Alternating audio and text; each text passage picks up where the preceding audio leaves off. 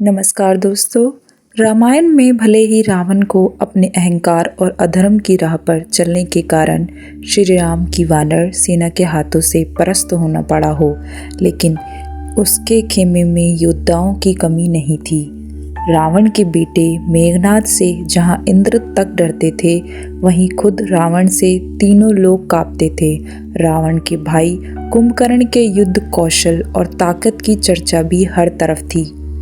इन सब के अलावा रावण के खेमे में एक और योद्धा ऐसा था जो महावीर हनुमान जी पर भी भारी पड़ गया था।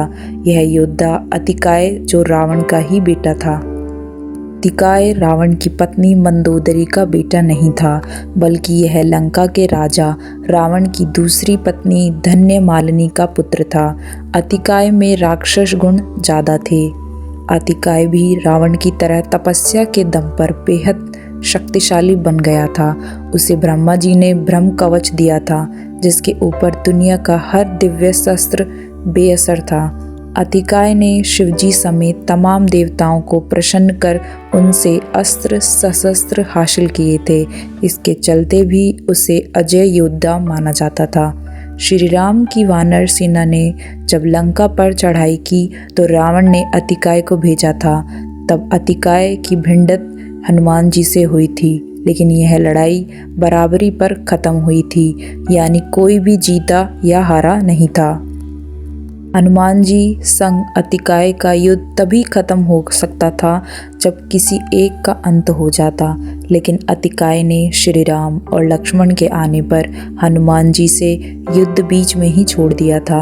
अतिकाय ने हनुमान जी से ये युद्ध छोड़कर श्री राम को चुनौती दी थी, जिसका सामना करने के लिए लक्ष्मण जी उनसे भिड़ गए थे।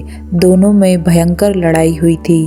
अतिकाय ने मायावी ताकत का इस्तेमाल किया और आसमान में जाकर वहां से हमला करने लगा। हनुमान जी अपने कंधे पर बिठाकर लक्ष्मण जी को भी आसमान में ले गए और वहीं भयंकर युद्ध हुआ। अतिकाय और लक्ष्मण जी के युद्ध का अंत तो होता हुआ ही नहीं दिख रहा था। इसके बाद देवताओं ने लक्ष्मण जी को अतिकाय का अंत करने का उपाय बताया था। देवताओं ने लक्ष्मण को बताया कि अतिकाय के ब्रह्म कवच पर केवल ब्रह्मास्त्र का ही असर हो सकता है। इसके बाद लक्ष्मण जी ने ब्रह्मास्त्र का इस्तेमाल किया, जिससे अतिकाय का अंत हुआ था। थैंक यू दोस्तों। वीडियो पसंद आई हो तो प्लीज़ चैनल को सब्सक्राइब वीडियो की